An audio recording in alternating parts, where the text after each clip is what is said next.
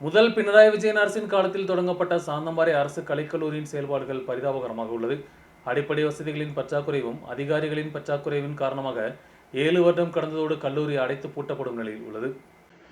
2018இல் சாந்தம்பாறையில் அனுமதிக்கப்பட்ட கல்லூரி தற்போது செயல்பட்டு வருவது வசதிகள் இல்லாத பூப்பாறை பஞ்சாயத்து தொடக்கப்பள்ளி கட்டிடத்தில்தான். சொந்தமாக கட்டிடம் கட்ட வருவாய்த்துறை பூப்பாறையில் இடம் விட்டுக் கொடுத்து பல வருடங்கள் கடந்த போதும் ஒரு கல்லு கூட இதுவரை வைக்கவில்லை. 340 மாணவர்களுக்கு படிப்பதற்கான வசதிகள் இங்கு தற்போது உள்ள நிலையில் 100க்கும் மேற்பட்ட மாணவ மாணவிகள் மட்டுமே தற்போது படித்து வருகின்றனர். விடுதி வசதியோ லேபுகளோ இல்லாததுதான் மாணவ மாணவிகள் இந்த கல்லூரியை கைவிட முக்கிய காரணம். അടിസ്ഥാനപരമായ സൗകര്യങ്ങൾ എന്ന് പറഞ്ഞാൽ മറ്റ് പ്രദേശത്ത് നിന്ന് വരുന്ന കുട്ടികൾക്ക് താമസിക്കുന്നതിനുള്ള ഹോസ്റ്റൽ സംവിധാനങ്ങളോ ഒന്നും യാതൊരു ഇല്ലാത്തതിൻ്റെ പേരിൽ ഇന്നാണ്ട് 100-ൽ താഴെ കുട്ടികൾ മാത്രമാണ് ഈ പരിമിതമായ സ്ഥലത്ത് ക്ലാസ് അറ്റൻഡ് ചെയ്യുന്നത്. ഇവിടുത്തെ പ്രശ്നം എന്താണെന്ന് വെച്ച് കഴിഞ്ഞാൽ കൃത്യമായിട്ടൊരു ഇടപെടലിലൂടെ ഈ സ്ഥലം കൃത്യമായിട്ട് കോളേജിന് വേണ്ടി ഏറ്റെടുക്കുവാനോ അതിൻ്റെ നടപടിക്രമമോ പൂർത്തീകരിക്കാൻ സാധിച്ചിട്ടില്ല.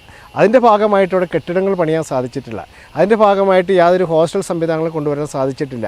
അത് തീർത്തും വിദ്യാഭ്യാസ ഡിപ്പാർട്ട്മെൻറ്റിൻ്റെയും അല്ലെങ്കിൽ ബന്ധപ്പെട്ട ഗവൺമെൻറ്റിൻ്റെയും നിരുത്തരവാദപരമായിട്ടുള്ള കാര്യം കൊണ്ടാണ് ഈ കാലതാമസം ഉണ്ടായിട്ടുള്ളത് എന്നാണ് നമുക്ക് കാണാൻ ഇതിൽ നിന്നും മനസ്സിലാക്കാൻ സാധിച്ചിട്ടുള്ളത്.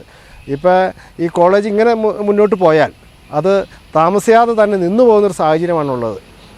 കാരണം നമുക്കറിയാം ഇവിടെ സമീപ ജില്ലകളിൽ നിന്നും അല്ലെങ്കിൽ അടുത്ത സ്റ്റേറ്റുകളിൽ നിന്ന് വരെ ഇവിടെ കുട്ടികൾ പഠിക്കാൻ വരുന്നുണ്ട്. അവർക്ക് നിന്ന് ഇവിടെ താമസിച്ച് പഠിക്കുന്നെങ്കിൽ മാത്രമേ അത് കോളേജ് നിലനിർത്താൻ പറ്റത്തുള്ളൂ. പക്ഷേ ഇപ്പോൾ ഉള്ളതെന്ന് വെച്ചിട്ടുണ്ടെങ്കിൽ LP സ്കൂളിൻ്റെ കെട്ടിടത്തിലാണ് ഈ 7 വർഷമായിട്ട് ചെയ്തുകൊണ്ടിരിക്കുക. ഇവിടെ ഒരു തറക്കല്ലിടുവാനോ അല്ലെങ്കിൽ അതിൻ്റെ ഒരു നടപടിയും ഇതിൻ്റെ ഭാഗമായിട്ട് ഗവൺമെൻറ് നാളിതുവരെ സ്വീകരിച്ചിട്ടില്ല അല്ലേ. கல்லூரிக்காக மாஸ்டர் பிளான் தயார் செய்ய 2020-21 காலளவில் ஊராளுங்கள் சொசைட்டிக்கு தான் பொறுப்பு கொடுக்கப்பட்டது. 10 லட்சம் ரூபாய் கட்டணம் வாங்கி சொசைட்டி கொடுத்த 105 கோடி ரூபாயின் பிளான் சரியில்லை என்று கைவிடப்பட்டது. அனுமதிக்கப்பட்ட பூமியில் இதுபோன்று மிகப்பெரிய கட்டிடம் கட்டுவதற்கான இடம் இல்லை என்று பொதுப்பணித்துறை கண்டுபிடித்ததோடு அரசு பணம் வீணானது. தற்போது பொதுப்பணித்துறை கட்டிட பிரிவு தயார் செய்த 40 கோடியின் புதிய பிளான் நிதித்துறைக்கு அனுமதிக்காக காத்திருக்கிறது. ഇവിടെ കോളേജ് ചെയ്തു തരാമെന്ന് പറഞ്ഞിട്ട് ഇപ്പം വർഷങ്ങൾ 7-8 കൊല്ലം ആയിട്ടും ഇതുവരെ പൂർത്തിയായിട്ടില്ല, ഒന്നും ചെയ്തിട്ടില്ല.